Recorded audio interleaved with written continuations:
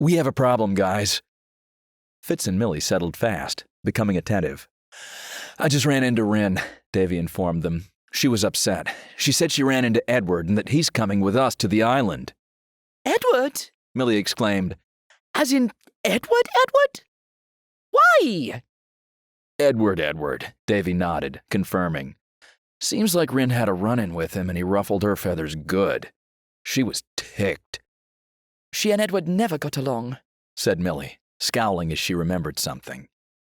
Edward had a nasty, mischievous streak. I'd like to pick at her. I think this goes beyond mischief, Mill, Daavi declared quietly. Rin was upset. I didn't have time to get details, but she told me she wanted to talk later. And the look on her face. Millie was angry and irritable. This was not how she'd expected her morning to go. The fact that Edward had stuck his beak into it and had already started picking at Rin had her steamed. She hadn't even thought about the man in years, and the first wind she gets of him is that he was back, picking on Rin and butting into her project for some reason.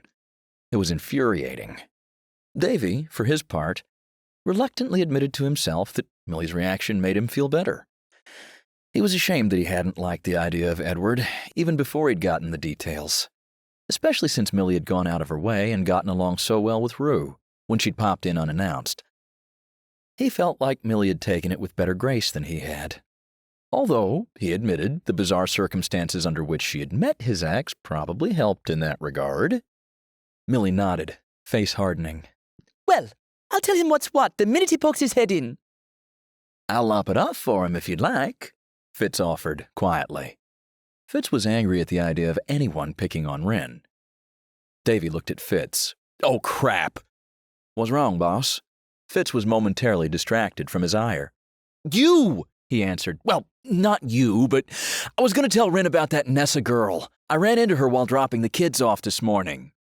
And? Millie prompted. Sweet as pie, he declared.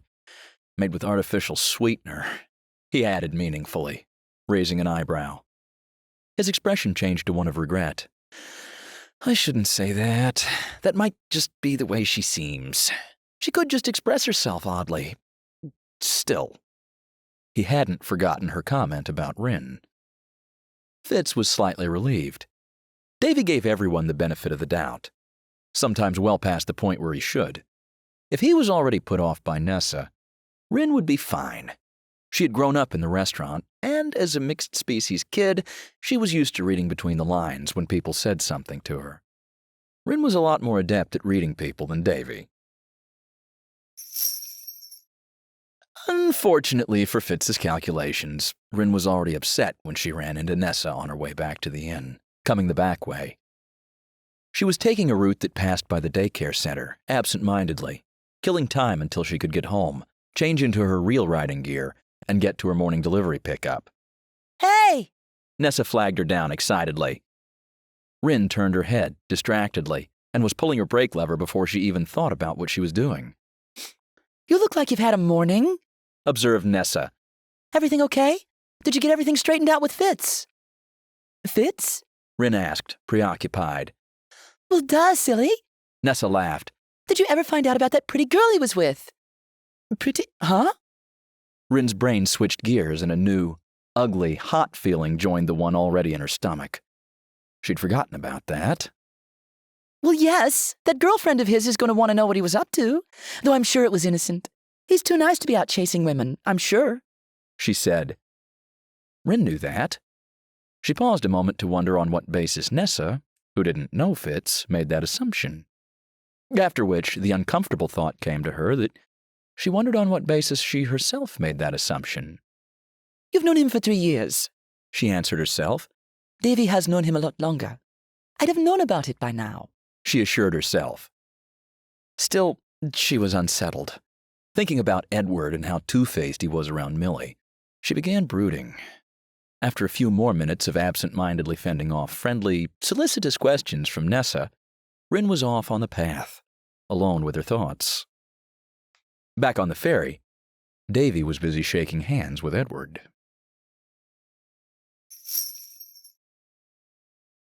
Ellie, Edward grinned as he spotted her across the cabin of the ferry. Long time no see. Millie, Fitz, and Davy rose to their feet, guarded expressions answering Edward's expansive smile. What are you doing here, Edward?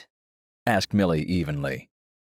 Wow, not even a little surprised, he asked, giving her a wry grin. I'm just out for a bit of field work. Wanted to shake the dust off for a bit. Picked the wrong place to do that, he joked. I'm serious, Edward. Millie crossed her arms. Why are you here? He affected a hurt expression. Well, I heard that an old friend was working with my department, and I thought it'd be fun to lend a hand and catch up. Nothing more. I can see I might have been mistaken. Sorry to disappoint you, Millie said levelly. Zed and Lilac had wandered up and were watching the scene uncomfortably. And where are my manners? Edward apologized. I haven't made introductions yet, though I'm assuming you've all met. I'm at a loss, though. You are? He stuck his hand out to Fitz, who took it reluctantly. Donovan Fitzpatrick, he informed him simply, not offering anything further. Edward Scrim. He smiled at Fitz. Pleasure. He turned to Davy. Edward, he offered. Davy, trying valiantly not to let his misgivings show, took Edward's hand. Davy Welsh, I'll be handling communications for the project. Edward, who'd made a show of stooping to shake Davy's hand, straightened himself in surprise. Wait, Davy? Surely not that Davy. The one Millie was always going on about. Edward knew exactly who Davy was. He knew a Davy and Millie were going to be working together on this project. The name wasn't unheard of, but it was rare. Up until now, he'd been curious to see this Davy, the little human friend Millie had babbled about ad nauseum. He'd heard Davy's name enough to where he'd gotten sick of it back when he and Millie dated. Probably, Davy grinned sheepishly. Better late than never, I say. What's better? Asked Edward, curious. Oh, sorry. Mill and I got married a couple years back. Davy beamed, pointing to the large, Drachen-style wedding band that he wore as an anklet. He could likely be forgiven, in these circumstances, for the slight touch of smugness in his grin. Realization clicked. Edward had wondered where Millie's new husband was. Rin had certainly put a lot of stock in the man. It couldn't have been the young, coppery-bearded youth in his mid-20s, unless Millie's tastes had really changed since he'd known her. Besides that, Edward had been looking for a Drachen. You two got married? Edward appeared amused and delighted. In reality, he was neither. Not that Edward was interested in Millie anymore. Not even a little bit. What Edward was interested in was showing off and slacking off. This was just an opportunity to do both while settling an old score. He was the one who ended relationships, not anyone else. His plan in coming here had been simple: to amuse himself by getting a good look at Millie and whatever schlub she'd wound up with. Then make them moderately miserable. With each other if he could swing it, but miserable in general would do. He also wanted to take a poke at this Davy. He hadn't known what to expect and was curious.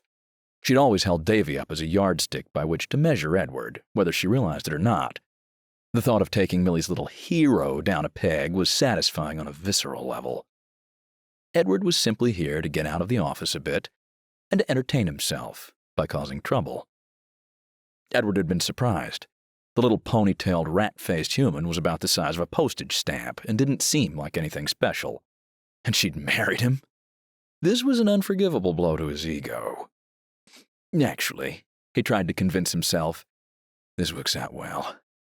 2 birds, 3 stones. Edward had climbed the department ladder quickly, made good money these days, and he was still in excellent trim. He gloated to himself that next to Davy, he looked like a slightly graying Adonis. He wanted to settle up with Davy, an old thorn in his side, and rub Millie's nose in what she was missing out on, and her new husband's in the fact that he'd been Millie's fiancé first, for a minute anyway. That was still the plan, of course, though when he got Davy off to the side, he wouldn't phrase it as genteelly as that. He affected a friendly expression. He could work with this. Well, it makes sense as much as she talked about you. And speaking of making sense, Edward supposed aloud, I guess Rin having a human stepdad looks about right. It didn't quite sound like a compliment. Millie asserted herself quickly. Davy isn't Rin's stepdad, Edward. He's her biological father. Not that stepdads aren't great, Davy added hurriedly. Mine's a hell of a guy. Then again, so's my biological dad. I'm pretty lucky. Right, Fitz? Lucky? Fitz smiled silently, amused. Davy always had the best luck on anything important, but the absolute worst on anything else. Millie, too. He supposed it worked out well. Edward, meanwhile, had a calculating expression on his face. That was another piece of the puzzle he hadn't had up until now. He knew Millie had married. He was now aware that the man she'd married had to be the same one she'd harped about the entire time they'd been dating. He looked at Davy and saw Rin looking back.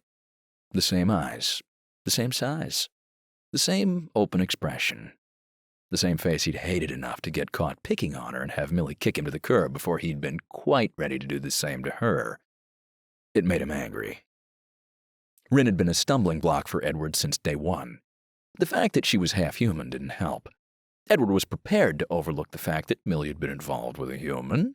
He liked his girls to have their kinks, he thought to himself, but not when they stood in his way. Davy, standing there, looking politely at Edward, would have recoiled if he could have heard Edward's thoughts. As it was, Edward could now envision Rin clearly when he looked at Davy. His embarrassment had been Davy's fault just as much as hers. More so, in fact. Edward wasn't happy. He'd come here to mock Millie and Davy. He now felt like they'd gotten one over on him. Edward barely mastered his expression in time. "Oh?" he asked, affecting to look intrigued. "That's a surprise. And where were you while Rin was growing up?" He'd used a polite tone, but the phrasing was on purpose. Millie cut in. That's none of your business, Edward, she insisted. It's a family matter. Edward looked apologetic. "Oh, sorry, Millie. I didn't mean to intrude on a family matter. I'll stay out of the way. I'm just hoping for a nice, friendly little catch-up. It's nice to be working with all of you. A pleasure, Davy. Congratulations." He extended his hand again with a guileless look. Davy took it without thinking. This time, Edward's handshake was firmer. He wasn't squeezing painfully, with brute force, but it was just tight enough to be uncomfortable, and Edward's nails dug into the back of Davy's hand. If Davy hadn't already shaken hands with him, he wouldn't have thought anything of it. Lots of his clients preferred bone-crushing displays of camaraderie. "I'm looking forward to the next couple of weeks," Edward asserted cheerfully. Davy wasn't so sure he was anymore. Edward sauntered off, waving, to another part of the cabin, leaving them to chat among themselves. Zed and Lilac awkwardly settled near them. "Well," Zed essayed, "that's the guy from Regional we were telling you about. I guess you've already met." Davy found out shortly afterward that Edward would be working mostly with himself and Zed, while Millie, Lilac, and Fitz would be on the far end of the operation. Davy made up his mind that Millie's week wasn't going to be spoiled by this, and he'd do his best to get along with Edward, and not make waves, while keeping an eye on him. Davy had no illusions they'd be friends, but he figured he and Edward could at least work together civilly and without incident. Millie, worried, pulled him aside. I don't like this. He's as nasty as ever. Are you going to be all right? "Me? Fine," Davy affected unconcern, though in truth he was relieved. He knew it was petty, but he'd felt at a loss dealing with Edward, and the knowledge that he was Millie's ex made him seem more intimidating. It gave him leverage that he wouldn't have had otherwise. It wasn't exactly jealousy, but it was something akin to it. The fact Millie was concerned about him was comforting and buoyed his spirits. "What about you?" he asked. "This is a bit of a surprise, huh?" Not my kind of surprise, Millie said sourly. but I'll be fine. You let me know if he says anything to you. Promise? "I'll be fine. He just seems a little—" Davy hesitated. There was a word he wanted to use, but he settled for standoffish. He's a lot more intense than I remember him, Millie said. I'm not happy about this. She seemed pensive. She remembered the short time she was with Edward. He'd been charming at first, debonair, well-spoken, handsome. He was what any Drachen you'd want as a companion should be, or had seemed like it. Rin, however, had hated him, though not immediately. It was odd. Rin hadn't minded another boyfriend or two Millie had had for a very short while, and Rin was always easygoing. Rin seemed okay with Edward until one day she wasn't anymore. It had put Millie's hackles up, and when she took a moment to look closely at Edward, she realized he wasn't what he seemed. The fact that she'd thought of marrying him made her stomach clench. Daavi couldn't help himself. Not that it's any of my business, Mill, but him? Millie smiled ruefully. He's the exact opposite of you, she told him. What? Daavi joked. Tall, strong, and Drachen? It was delivered with good humor and with no self-recrimination.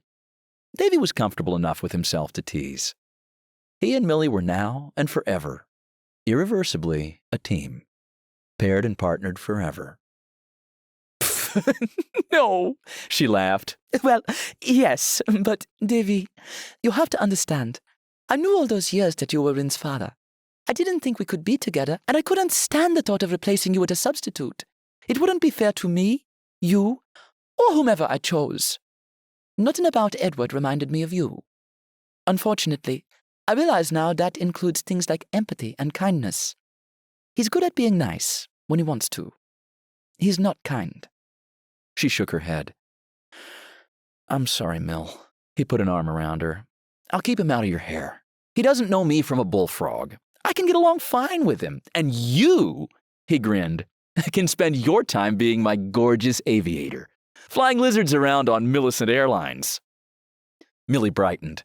Daavi always had a way of making things sound simple. Sometimes they even worked out to be, though they both took the occasional flurry in the ointment with good grace.